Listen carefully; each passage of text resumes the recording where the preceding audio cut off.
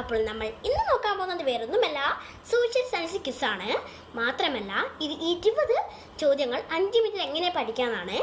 ഇത് LP UP HS related ആയിട്ടുള്ള ചോദ്യങ്ങളാണ്. വൈകാതെ തന്നെ ചോദ്യത്തിലേക്ക് കടന്നാലോ? ഓക്കെ, നമുക്ക് ഒട്ടും സമയം കളയാതെ ക്വസ്റ്റ്യനിലേക്ക് കടക്കാം. ആദ്യത്തെ ക്വസ്റ്റ്യൻ, ഇന്ത്യൻ നവോത്ഥാനത്തിന്റെ പിതാവ് എന്നറിയപ്പെടുന്നത് ആരെയാണ്? നമ്മുടെ രാജാറാം മോഹൻ റോയ് അല്ലേ? അതെ, വളരെ ശരിയാണ്. അങ്ങനെയാണെങ്കിൽ രാജാറാം മോഹൻ റോയായിട്ട് ബന്ധപ്പെട്ട ഒരു സംഘടന ഉണ്ടല്ലോ, അത് ഏതാണെന്ന് ഓർമ്മയുണ്ടോ? ബ്രഹ്മസമാജം. അതല്ലേ? വളരെ ശരിയാണ്. എങ്കിൽ അടുത്ത ക്വസ്റ്റ്യൻ, ഏറ്റവും നീളം കൂടിയ അക്ഷാംശ രേഖ ഏതാണ്? ഭൂമധ്യരേഖ. സിമ്പിൾ ചോദ്യമാണല്ലോ. എങ്കിൽ ഇന്ത്യയിൽ സൂര്യോദയം ഫസ്റ്റ് ദൃശ്യമാകുന്നത് ഏത് സംസ്ഥാനത്തിലാണ്? കാരണം അത് കിഴക്കുള്ള സ്ഥലമായതുകൊണ്ടാണ് അവിടെ ആദ്യം തന്നെ സൂര്യൻ ഉദിക്കുന്നത്. അല്ലേ? അടുത്തത്, കാറ്റിന്റെ വേഗത അളക്കുന്ന ഉപകരണം ഏതാണ്? അനിമോമീറ്റർ. ശരി. എങ്കിൽ അടുത്ത നമുക്കൊരു മരുഭൂമിയായിട്ട് ബന്ധപ്പെട്ട ഒരു ചോദ്യം ചോദിച്ചാലോ? രാജസ്ഥാൻ മരുഭൂമിയെ പറ്റി കേട്ടിട്ടുണ്ടോ? കേട്ടിട്ടുണ്ട്. അങ്ങനെയാണെങ്കിൽ രാജസ്ഥാൻ മരുഭൂമിയിലൂടെ ഒഴുകുന്ന നദി ഏതാണ്? മരുഭൂമിയിലൂടെ നദിയോ? ഭയങ്കര തന്നെ. ആൻസർ ലൂണി അല്ലേ? ശരിയാണ്. എങ്കിൽ ഞാൻ ചോദിക്കട്ടെ, ഇന്ത്യയിലെ ഏറ്റവും വലിയ മരുഭൂമി ഏതാണ്? അത് സഹാറ അല്ലേ? അല്ല, സഹാറ ലോകത്തിലെ ഏറ്റവും വലിയ മരുഭൂമിയാണ്. താർ മരുഭൂമിയാണ് ഇന്ത്യയിലെ ഏറ്റവും വലിയ മരുഭൂമി. എങ്കിൽ അടുത്ത ക്വസ്റ്റ്യൻ, ഇന്ത്യയിലെ ഏറ്റവും വലിയ കൊടുമുടി ഏതാണ്? Mount Keir. ഓക്കെ, വളരെ ശരിയാണ്. എങ്കിൽ ആദ്യമായി കണ്ടെത്തിയ സിന്ധു നദീതട സംസ്കാരം ഏതാണ്? ഹരപ്പ സംസ്കാരം. വളരെ ശരി. എങ്കിൽ നമുക്ക് അടുത്ത ക്വസ്റ്റ്യനിലേക്ക് പോയാലോ?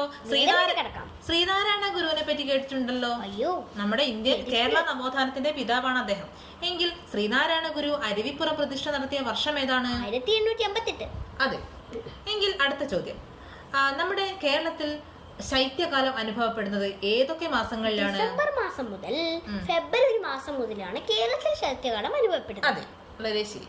എങ്കിൽ നമുക്ക് സാമ്പത്തിക ശാസ്ത്രമായിട്ട് ബന്ധപ്പെട്ട ഒരു ക്വസ്റ്റ്യൻ ചോദിച്ചാലോ? ചോദിച്ചു. ഇന്ത്യൻ സാമ്പത്തിക ശാസ്ത്രത്തിന്റെ പിതാവ് ആരാണ്? അത് ആഡം സ്മിത്ത് ആണ്.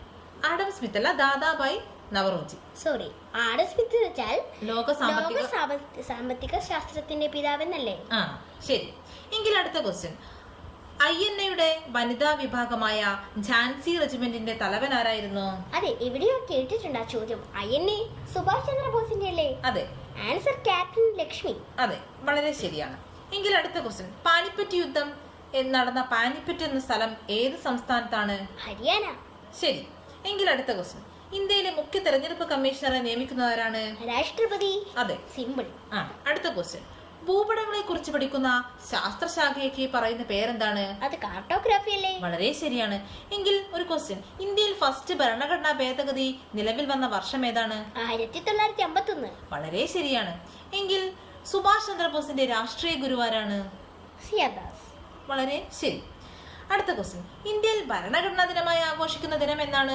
നവംബർ 26. അതെ, നവംബർ 26 നമ്മുടെ ഭരണഘടന അംഗീകരിക്കപ്പെട്ടത്. അതിന്റെ ഓർമ്മയ്ക്കായാണ് നമ്മൾ ഭരണഘടനാ ദിനമായിട്ട് 26 തെരഞ്ഞെടുത്തത്. എങ്കിൽ അടുത്ത ക്വസ്റ്റ്യൻ, നവോത്ഥാനത്തിന്റെ കളിത്തൊട്ടിൽ എന്നറിയപ്പെടുന്ന രാജ്യം ഏതാണ്? ഇറ്റലി. ചോദ്യമാണ്. വളരെ ശരി. അടുത്തത്, ചിപ്കോ പ്രസ്ഥാനത്തിന്റെ സ്ഥാപകൻ ആരാണ്? സുന്ദർലാൽ ബഹുഗുണ. അതെ. അപ്പൊ നമ്മൾ 20 ക്വസ്റ്റ്യൻ പഠിച്ചു കഴിഞ്ഞു. ഇനി നമുക്കൊരു ക്വസ്റ്റ്യൻ ബോണസ് ആയിട്ട് കൊടുക്കാലോ?